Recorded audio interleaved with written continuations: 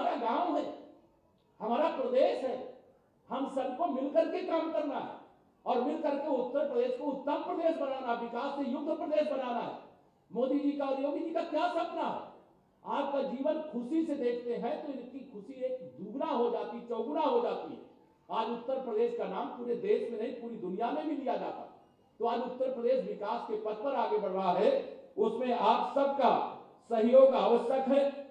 और मैं आप सब लोग यहाँ पर जो आए हैं, अभी मैं विशेष तौर से जिन्होंने अब राजगीर के रूप में, मतलब मिस्त्री के रूप में, राजमिस्त्री के रूप में जो काम करेंगे, उसमें एक बिटिया आई थी, मैं देख रहा था, ग्रेजुएशन की हुई, उसने पढ़ाई करके भी इस क्षेत्र में आकर के अपनी सेवा देने का काम, अर्थात रोजगार के अनेक अवसर हैं। और विशेष तौर से महिला सशक्तिकरण, इसमें महिलाएं कितनी आई, जरा हाथ उठाओ, जरा महिलाएं जो आई, देखो ये महिला सशक्तिकरण के लिए माननीय प्रधानमंत्री मोदी जी, आदरणीय मुख्यमंत्री योगी जी महिलाओं के नाम अधिकतम मकानों के मालिक कौन? तो मालिक का पुरुष कम है, मालिकिन लोग ज्यादा है कि नहीं है, बताइए। तो गांव के अंदर अलग से काम चल रहा है। अभी एक बहन ने बताया यहाँ पे कि वो समूह के अंदर भी जुड़ी हुई है, जिनसे अभी मुख्यमंत्री जी बात कर रहे थे, तो समूह के अंदर भी जुड़ी हुई है। इसका मतलब ये है कि उधर से भी उनकी कमाई हो रही है। आप में से कोई और काम करना चाहते तो उसके लिए भी अवसर है। आप कोई 100 दिन मनरेगा में काम करने के बाद जो 265 दिन बचते हैं, उसमें सड़क के किनारे अगर रेहड़ी पटरी की कोई दुकान लगाना चाहे तो उसके लिए भी सुविधा है। सारे रास्ते प्रगति के खुले हुए हैं। अब आराम करके अपना समय बर्बाद नहीं करना है, बल्कि यह काम करके पैसा कमा करके जब आप आगे बढ़ोगे तो प्रदेश आगे बढ़ेगा। मैं आज के दिन जिन लोगों को अभी माननीय मुख्यमंत्री जी के कर कमलों से जिनके खाते में प्रथम किस्त पहुंची है, उनको बधाई देता हूं। और जिनको अपने मकान बन जाने के बाद, सारी बुनियादी सुविधाएं मिल जाने के बाद चाबी सौंपी गई, उनको बधाई देता हूं।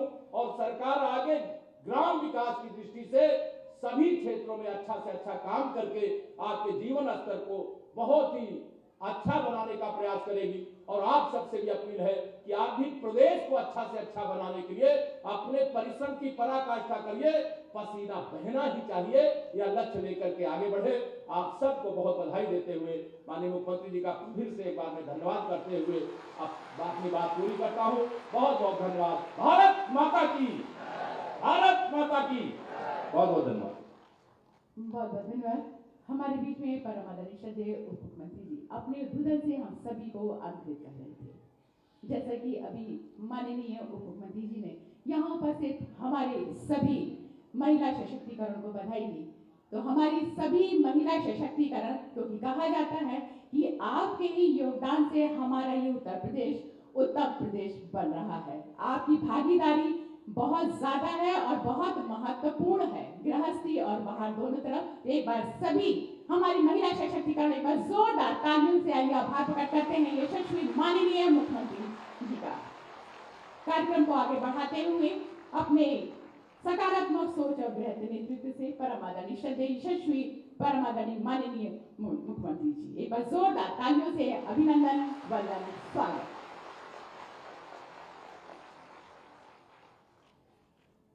मुख्यमंत्री आवास योजना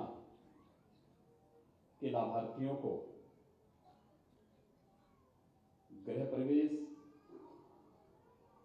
और 34,500 से अधिक लाभार्थियों को प्रथम किस्त आवंटन के आज के इस समारोह में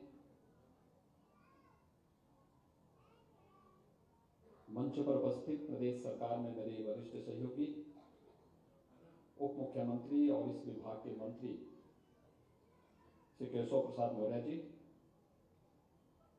विभाग के राज्य मंत्री श्रीमती विजय लक्ष्मी गौतम जी,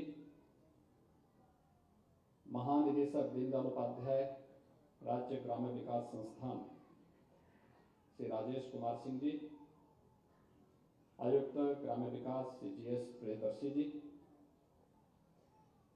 आज के इस कार्यक्रम में उपस्थित प्रदेश भर से आए हुए हमारे सभी मुख्यमंत्री आवास योजना के लाभार्थीगण और उपस्थित भाइयों बहनों, आज 15 नवंबर है, जनजातीय गौरव दिवस। महान स्वतंत्रता संग्राम सेनानी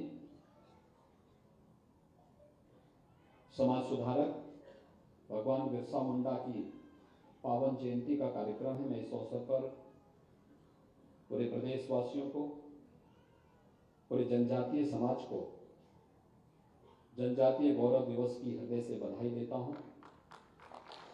और ये हमारा सौभाग्य है कि जनजातीय गौरव दिवस के अवसर पर मुख्यमंत्री आवास योजना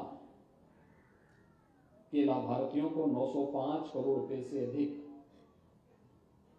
की सौगात उपलब्ध करवाई जा रही है। इसके लिए आप सबको हृदय से बधाई देता हूं और ग्रामीण विकास विभाग को इस अभिनव कार्यक्रम को आगे बढ़ाने के लिए हृदय से धन्यवाद भी देता हूं। भाइयों बहनों, आदरणीय प्रधानमंत्री जी ने 2016 में प्रधानमंत्री आवास योजना को लागू किया था और प्रधानमंत्री आवास योजना जिस समय लागू हुई थी उस समय प्रदेश में भारतीय जनता पार्टी की सरकार नहीं थी।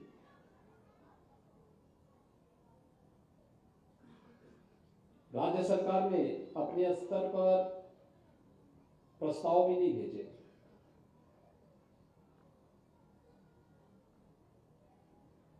तो लोग जो जाति के नाम पर समाज को विभाजित करते हैं, वास्तव में ये गरीबों के कितने हितैषी हैं, यह इन लोगों की इन कारगुजारियों से हम समझ सकते हैं। जिन लोगों ने इतनी लोकप्रिय योजना को प्रदेश में लागू ही नहीं किया था, और आज मुझे बताते हुए प्रसन्नता है कि उत्तर प्रदेश ने विगत 5.5 वर्ष के दौरान ग्रामीण और शहरी क्षेत्र में 45 लाख गरीबों को सिर ढकने के लिए एक आवास उपलब्ध कराया है, जिसमें 27 लाख ग्रामीण क्षेत्र में और शेष 17 लाख से अधिक लाभार्थियों को हम लोगों ने शहरी क्षेत्र में प्रधानमंत्री आवास योजना का लाभ उपलब्ध करवाया है। और उत्तर प्रदेश पहला राज्य है जिसने प्रधानमंत्री आवास योजना हो या फिर मुख्यमंत्री आवास योजना, उनके हर उस लाभार्थी को जिसके पास आवास बनाने के लिए जमीन का टुकड़ा नहीं था, उसे जमीन का पट्टा भी इसके साथ ही अनिवार्य रूप से उपलब्ध कराया है। और आज मुझे प्रसन्नता है कि मुख्यमंत्री आवास योजना से जुड़े हुए सभी लाभार्थियों को, 34,000 से अधिक लाभार्थियों को तो प्रथम किस्त के रूप में, और शेष लाभार्थियों को जिन्होंने गृह प्रवेश किया है उन्हें घर की चाबी उपलब्ध करवाने का एक अवसर जनजातीय गौरव दिवस के अवसर पर यहां पर मुझे प्राप्त हुआ है। वास्तव में प्रधानमंत्री आवास योजना हो या मुख्यमंत्री आवास योजना, ये केवल किसी एक लाभार्थी को लाभान्वित करने का एक माध्यम नहीं, बल्कि उसके आर्थिक उन्नयन की दिशा में प्रधानमंत्री मोदी जी के मार्गदर्शन और नेतृत्व में किए जाने वाले कार्यक्रमों का एक अभियान की कड़ी भी है। आज जनजातीय गौरव दिवस पे मुझे थोड़ी देर में सोनभद्र जाने का अवसर प्राप्त होगा। मुझे याद है जब मैं 2018 में सोनभद्र जनपद में गया था, तो सोनभद्र जनपद में मुझे प्रधानमंत्री आवास योजना को देखने के लिए मैं गया था। क्या प्रगति है जनजातीय क्षेत्रों में, वनवासी क्षेत्रों में क्या हुआ है। तो वहां मकान बने हुए थे, मकान बन सभी लोगों के, कुछ के मकान बन चुके थे, कुछ के बन रहे थे, लेकिन उसी में एक महिला, वनवासी महिला थी, उसने मुझे कहा कि मुझे भी एक कॉलोनी चाहिए, मुझे नहीं मिला है। ऐसा था कि जब एससीसी के सर्वे हुए थे 2012 में, 11-12 में, तब न केंद्र में भारतीय जनता पार्टी की सरकार थी, न राज्य में भारतीय जनता पार्टी की सरकार थी। राजनीतिक भेदभाव और उन राजनीतिक संकीर्णताओं का शिकार एक बड़ा तबका बना था, उन्हें वंचित कर दिया गया था, उन्हें सूची में नाम नहीं उनका डाला गया था। एक बड़ी संख्या ऐसी थी जो इन योजनाओं से वंचित थी। तो मैंने प्रशासन से कहा, मैंने कहा इनको आवास क्यों नहीं मिला? तो बताया गया कि सेक्स सूची में इनका नाम नहीं है। मैंने कहा लेकिन पात्रता तो रखती है। उन्होंने कहा पात्रता तो रखती है। तो मैं यहीं आया, कैबिनेट की बैठक किया और मैंने कहा जितने भी ऐसे वंचित हैं, जिन लोगों को अब तक इन योजनाओं का लाभ नहीं मिला है, उनके लिए हम वो एक नई आवास योजना चालू करेंगे और मुख्यमंत्री आवास योजना राज्य सरकार के स्तर पर प्रारंभ होगी। और मैंने प्रशासन से कहा, मैंने कहा पहले इसी परिवार को देना। सोनभद्र से वो प्रारंभ हुआ, हम लोगों ने उस महिला को आवास दिया। मैंने कहा 1 साल के बाद फिर मैं देखने के लिए आऊंगा कि इसका आवास बना है कि नहीं बना है। 1 वर्ष के बाद जब मैं उस क्षेत्र में फिर से गया और मैंने उसका आवास देखा, मुझे अपने घर में लेके गए, उसने अपना आवास मुझे दिखाया। आवास दिखाने के बाद उसने मुझे बताया कि उसने कहा कि मैंने 2 बड़े बड़े कमरे बनाए हैं, किचन भी बनाया है। मनरेगा के अंतर्गत जो से शौचालय का लाभ मिला, स्वच्छ भारत मिशन के अंतर्गत ही मिला और अन्य योजना से लाभ मिला, उसका भी लाभ उसको मिला, उसने उसका भी निर्माण किया था। और मैंने उससे कहा, मैंने कभी पैसा तो हमने केवल आपको 1,30,000 रुपया दिया था वहां के लिए, क्योंकि नक्सल प्रभावित जनपद था, तो 1,30,000 रुपये इसकी राशि है। उसने कहा नहीं, कुछ पैसा हमने इकट्ठा किया था। आदमी मेरा पति जो है ठेला लगा करके कुछ पैसा कमा लेता है, तो उस पैसे को भी हमने लगाया, मकान बनाया है। और साथ साथ हमारे पास जो पैसा हमने मकान के लिए रखा हुआ था, कुछ पैसा पहले से, तो कहा अब मेरे घर में एक और परिवर्तन आया है कि मैंने एक भैंस भी ली है, उससे दूध मिलता है। दूध को मेरा पति तो ठेले से भी पैसा कमाता है, ठेला लगा के सब्जी फल आदि बेच करके पैसा कमाता है। मैं अपने घर गृहस्थी के कार्य के साथ साथ भैंस का दूध बाजार में बेच देती हूँ, तो उसका भी अतिरिक्त आमदनी होती है। अब बच्चों को पढ़ा रहे हैं। जो यहाँ पर उप मुख्यमंत्री श्री केशव मौर्य जी कह रहे थे कि शासन की योजना व्यक्ति को अकर्मण्य नहीं बना सकती है, बनाना भी नहीं चाहिए। व्यक्ति को कभी भी मेहनत से, परिश्रम से भागना नहीं चाहिए। आज आपके पास आमदनी का कुछ जरिया है, ईमानदारी के साथ हमें उसको बढ़ाने का प्रयास करना चाहिए। आपके पास एक पूंजी होगी तो आप अपने कारोबार को और आगे बढ़ा सकते हैं, अपने काम को और आगे बढ़ा सकते हैं। लेकिन हम इस कारण से चुपचाप बैठ जाएं कि साहब सरकार तो फ्री में देगी ही, कभी व्यक्ति को खुशहाल नहीं कर सकती। और हम शासन की योजनाओं के बारे में भी हमेशा इस बात को कहते हैं कि चयन की प्रक्रिया हमारी पूरी पारदर्शी होनी चाहिए, भेदभाव किसी के साथ नहीं होना चाहिए। योजनाओं का लाभ समान रूप से समाज के प्रत्येक तबके को मिलना चाहिए। जब बिना भेदभाव के शासन की योजना समाज के प्रत्येक तबके को मिलती है तो योजना यशस्वी बनती है। उस यश का कारण शासन भी बनता है, प्रशासन भी बनता है, उन्हें इसका श्रेय मिलता है। एक लाभार्थी इससे लाभान्वित होकर के अपने सर्वांगीण विकास के मार्ग को आगे बढ़ाता है।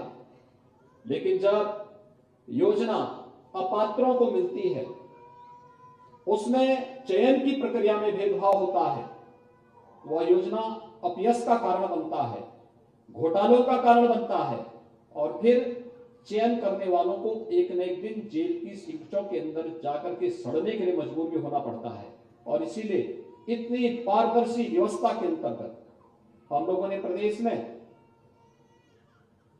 बड़े पैमाने पर 1,63,00,000 से अधिक परिवारों के लिए हम लोगों ने शौचालय बनाए। कोई भेदभाव की शिकायत नहीं। जो भी लाभार्थी था, जिसके पास नहीं था, उन सबको दिया। जिनके पास चयन की प्रक्रिया में नहीं भाग ले पाए, फिर सर्वे करके उनको उपलब्ध करवाया गया।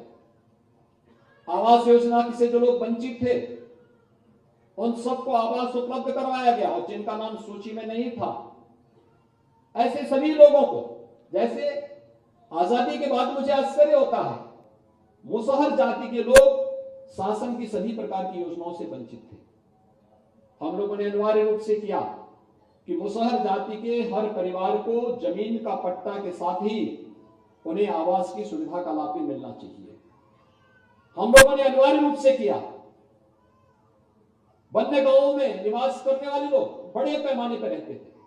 लगभग 54 ऐसी बस्तियां थी जिन्हें आजादी के बाद किसी भी प्रकार की सुविधा का लाभ नहीं मिला, कोई सुविधा नहीं मिली। यहां तक कि आजादी के 75 वर्ष के बाद विगत वर्ष जब पंचायत के चुनाव हुए थे, पहली बार उन्होंने अपना ग्राम प्रधान चुना, अन्यथा उनको देश की संविधान के द्वारा प्रदत्त अधिकार वोटिंग राइट भी नहीं मिल पाई थी। हम लोगों ने उसके लिए आंदोलन किया था। मुख्यमंत्री बनने के पहले मैं उनके इस आंदोलन के साथ जुड़ा हुआ था। हम लोगों ने उनके लिए वनाधिकार कानून में भी संसद में संशोधन करवा करके उन्हें अधिकार दिलाने की बात की, लेकिन दुर्भाग्य है कि 2006-07 में वनाधिकार कानून में संशोधन होने के बाद भी प्रदेश ने उसे लागू नहीं किया, और जिसके कारण 54 से अधिक बस्तियों में जिन्हें आजादी के बाद कोई सुविधा का लाभ नहीं मिल पाया था, उन्हें कोई भी आवासीय पट्टे नहीं मिल पाए थे। एक भी परिवार के पास अपना पक्का मकान नहीं था, किसी के पास राशन कार्ड नहीं था, किसी को पेंशन की सुविधा का लाभ नहीं मिलता था, किसी को राशन की सुविधा का लाभ नहीं मिलता था, बिजली नहीं थी, पक्की सड़क नहीं थी, स्कूल नहीं था, स्वास्थ्य की कोई सुविधा नहीं थी, पेयजल की कोई सुविधा नहीं थी। आज जब मैं कुछ देर के बाद सोनभद्र जाऊंगा तो वहां पर भी बड़े पैमाने पर हम लोग वनाधिकार कानून में संशोधन के फलस्वरूप वहां के जनजातीय समुदाय को जो पट्टे मिलने हैं, जमीन के पट्टे मिलने हैं, आज उसका आवंटन के कार्यक्रम को भी वहां पे हम लोग वहां पे उसका शुभारंभ भी करेंगे। आखिर ये सुविधाएं पहले क्यों नहीं मिली? मुसहर है, थारू है, बनटांगिया है, चेरो है, कोल है, बुंदेलखंड में सहरिया है, ये सभी जातियां वंचित थी, शासन की इन सभी योजनाओं से वंचित थी। और मुझे प्रसन्नता है कि प्रधानमंत्री आवास योजना से वंचित उन सभी परिवारों को हम लोगों ने मुख्यमंत्री आवास योजना से लाभान्वित करने का कार्य किया। अब तक 1,08,000 से अधिक परिवारों को योजनाओं से लाभान्वित किया गया है, और शेष अन्य जितने भी बच्चे इस योजना से में आएंगे, दिव्यांगजनों को, कुष्ठ रोगियों को, उन सभी को इसके साथ जोड़ने का कार्य भी हो रहा है। वास्तव में इन लाभार्थी परिवारों को जब इन योजनाओं का लाभ मिला, ये योजना उसके कारण यशस्वी भी हुई। लेकिन भाइयों बहनों, यहां पे एक और, जिस परिवार में महिला लाभार्थी है उसका मालिकाना अधिकार उसी महिला को उपलब्ध करवाया गया। जहां पर महिला नहीं है, पुरुष है, वहां पर उसको उसके बाद उपलब्ध करवाया गया। लेकिन आजादी के 75 वर्ष तक या 70 वर्षों तक जिन लोगों ने जाति के नाम पर समाज के सामाजिक ताने बाने को छिन्न भिन्न किया और आप लोगों को योजनाओं से वंचित किया, वे सभी लोग आपके दृष्टि से आपके एक अपराधी हैं, क्योंकि आपको शासन की सुविधा से उन्होंने वंचित किया, आपके साथ भेदभाव किया, आपको वोट बैंक तो बनाते थे लेकिन शासन की योजनाओं से वंचित भी करते थे। उस समय आपने देखा होगा, आखिर आजादी के 70 वर्षों तक किसी गरीब को शौचालय क्यों नहीं मिल पाया, बिजली का कनेक्शन क्यों नहीं मिल पाया, उज्ज्वला योजना में रसोई गैस का कनेक्शन क्यों नहीं मिल पाया, आपदा के समय हर गरीब को फ्री में राशन की सुविधा का लाभ क्यों नहीं मिल पाया, हर गरीब को स्वास्थ्य की बेहतर सुविधा के लिए 5 लाख रुपए का आयुष्मान भारत और मुख्यमंत्री जन आरोग्य योजना का लाभ क्यों नहीं मिल पाया, बेटियों की भ्रूण हत्या की शिकायतें तो आती थी, लेकिन कन्या सुमंगला योजना या बेटी पढ़ाओ और बेटी बचाओ और बेटी पढ़ाओ का कार्यक्रम क्यों नहीं लागू हो पाया? कारण साफ है, वे केवल जाति वर्ग के आधार पर समाज को बांट करके, सामाजिक ताने बाने को छिन्न भिन्न करके आपको योजनाओं से वंचित करना चाहते थे। और यही कारण है कि वे कभी भी अच्छे ढंग से ईमानदारी पूर्वक शासन की व्यवस्था को नहीं चला पाए। और ये कारण है कि आजादी के 75 वर्ष का जब महोत्सव पूरा देश आयोजित कर रहा है, तो पूरे देश के अंदर केवल हर व्यक्ति की जबान पर प्रधानमंत्री मोदी जी का नाम है, इसलिए क्योंकि हर व्यक्ति जानता है कि आजादी के बाद पहली बार ईमानदारी के साथ बिना किसी भेदभाव के हर गांव, हर गरीब, हर किसान, हर नौजवान, हर महिला और समाज के प्रत्येक तबके को योजनाओं का लाभ मिला। वो प्रधानमंत्री मोदी जी के आने के बाद प्राप्त हुआ। और भाइयों बहनों, आज प्रधानमंत्री मोदी जी के उसी विजन को आगे बढ़ाने के लिए ग्रामीण विकास विभाग के द्वारा ये मुख्यमंत्री आवास योजना की सौगात की एक किस्त आप सबको उपलब्ध कराई जा रही है। इसमें भी पैसा आपके पास अब नकद हस्तांतरण नहीं हो, ये पैसा सीधे आपके अकाउंट में जाता है, बैंक अकाउंट में जाता है।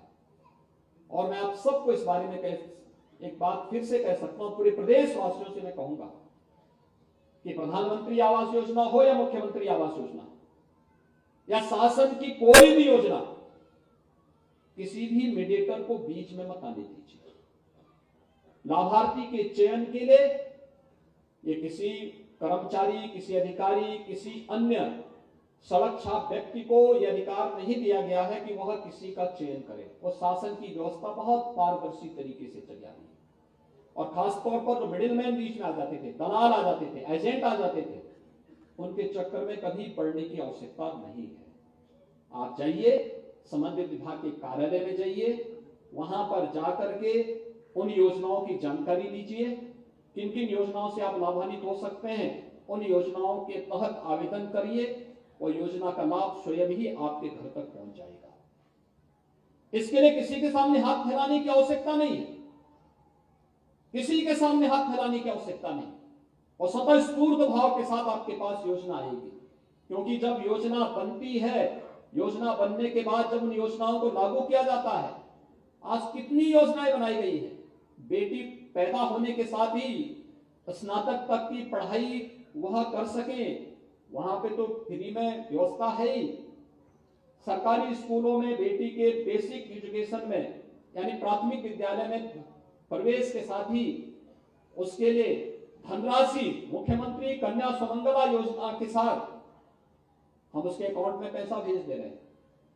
यूनिफॉर्म फ्री में दे रहे हैं, बैग दे रहे हैं, बुक्स दे रहे हैं, स्वेटर दे रहे हैं, जूते मोजे उपलब्ध करवा रहे हैं, ये सभी चीजें उनको उपलब्ध करवा रहे हैं। और बेटी अगर शादी योग्य हो गई है, दहेज के भाव में शादी नहीं हो पा रही है, तो मुख्यमंत्री सामूहिक विवाह की योजना के माध्यम से भी बेटी की शादी में सरकार स्वयं कन्यादान करने के लिए खड़ी हो जाती है। और उस अभियान के साथ जोड़ने के लिए आज ये डबल इंजन की सरकार कार्य कर रही है। और उस कार्यक्रम के साथ जोड़ने के लिए युवाओं के लिए ढेर सारी योजनाएं चल रही है। कोरोना कालखंड में मैं देख रहा था, हमारा बहुत सारा युवा कोचिंग के लिए बाहर जाता था, आज उसको कोचिंग के लिए बाहर नहीं जाना। मुख्यमंत्री अभ्युदय योजना प्रदेश के अंदर है। और मुझे अभी मैं देख रहा था, उत्तर प्रदेश लोक सेवा आयोग के परिणाम आए हैं। लोक सेवा आयोग के परिणाम में मैं देख रहा था कि 43 बच्चे उस कोचिंग में, जिन्होंने उस कोचिंग का लाभ लिया था, उनका ही सिलेक्शन हुआ। यानी काफी अच्छी योजनाएं चल रही हैं। तमाम अन्य योजनाओं में भी शासन की योजनाओं का लाभ मिल रहा है। हम 2 करोड़ युवाओं को टैबलेट और स्मार्टफोन उपलब्ध करा रहे हैं। महिलाओं के लिए ग्रामीण क्षेत्र हो या शहरी क्षेत्र में महिला स्वयंसेवी समूह के माध्यम से ढेर सारे अवसर आर्थिक स्वावलंबन के आगे बढ़ सकते हैं। हमें जहां पे भी अच्छा काम हो रहा है, उन कार्यक्रमों के साथ जुड़ना चाहिए। शासन की योजना किसी व्यक्ति का, किसी समुदाय का आर्थिक उन्नयन का है। और क्लस्टर योजना में भी आवासीय स्कीम बन सके, यह भी आपने देखा होगा। हम लोगों ने लखीमपुर खीरी में थारू जनजाति के लोगों के लिए एक योजना बनाई। एक जगह पर ही जमीन आरक्षित करते हुए उन सबके आवास बनाए गए, उनके लिए स्कूल बनाया गया, उनके लिए मार्केट भी बनाया गया। वहां पर जो भी उस योजना से जुड़ सकते थे उन सबको इसके साथ जोड़ने का कार्य हुआ है। ये सभी इसलिए जिससे हम लोग शासन की योजना के साथ जोड़ने के साथ ही ये योजना ये ना लगे कि यह खैरात है। यह योजना आर्थिक स्वावलंबन का आधार बने, हर व्यक्ति को हम आगे बढ़ाने के क्रम में इस योजनाओं को आगे बढ़ा सके। इस दृष्टि से यह केंद्र और राज्य सरकार की योजनाएं, लाभार्थी परक योजनाएं आपके लिए उपलब्ध कराई गई हैं और मुझे विश्वास है कि बिना किसी मिडलमैन के, बिना किसी दलाल और एजेंट के शासन की योजनाओं का सीधे लाभ आपको प्राप्त होगा। इन योजनाओं के माध्यम से कार्य करते हुए हम और भी अच्छे मेहनत से, परिश्रम से शासन की योजनाओं को सफल बनाने और समाज के उन्नयन के साथ साथ अपने परिवार के उन्नयन के लिए भी हम लोग कार्य करेंगे। इस विश्वास के साथ मैं एक बार फिर से जिन लोगों ने अपने गृह प्रवेश किया है आज अपने घरों में, उनको भी, जिन लोगों ने आज प्रथम किस्त प्राप्त की है, वे तेरी पूरी मेहनत से कार्य करें। किसी भी व्यक्ति को अपने और समय से कार्य कर लें। और मैं ग्रामीण विकास विभाग से इस बारे में कहूंगा कि नोडल अधिकारी हर एक जनपद के लिए, हर कार्यक्रम के लिए हम तैनात करें। पैसा मिलते ही उसका कार्य प्रारंभ हो जाए, समय से कार्य प्रारंभ हो जाए और कार्य समय पे बने और फिर समय पे दूसरी किस्त भी चली जाए। दो किस्त के बीच में बहुत ज्यादा समय न रहे, जिससे समय पे मकान बन सके। और ये प्रसन्नता है कि जो पहले हम लोगों ने एक वर्ष का समय रखा था, उसको 6 महीने के अंदर ग्रामीण विकास विभाग ने सीमित करने की एक कार्य योजना तैयार की है। यह लागू हो जाएगी तो बहुत सारे परिवारों को आगे बढ़ने में, ईज ऑफ लिविंग के लक्ष्य को प्राप्त करने में सफलता प्राप्त होगी। आज के इस अवसर पर मैं एक बार फिर से आप सबको हृदय से बधाई देता हूं, आप सबकी प्रति अपनी शुभकामनाएं देता हूं। धन्यवाद। जय हिंद।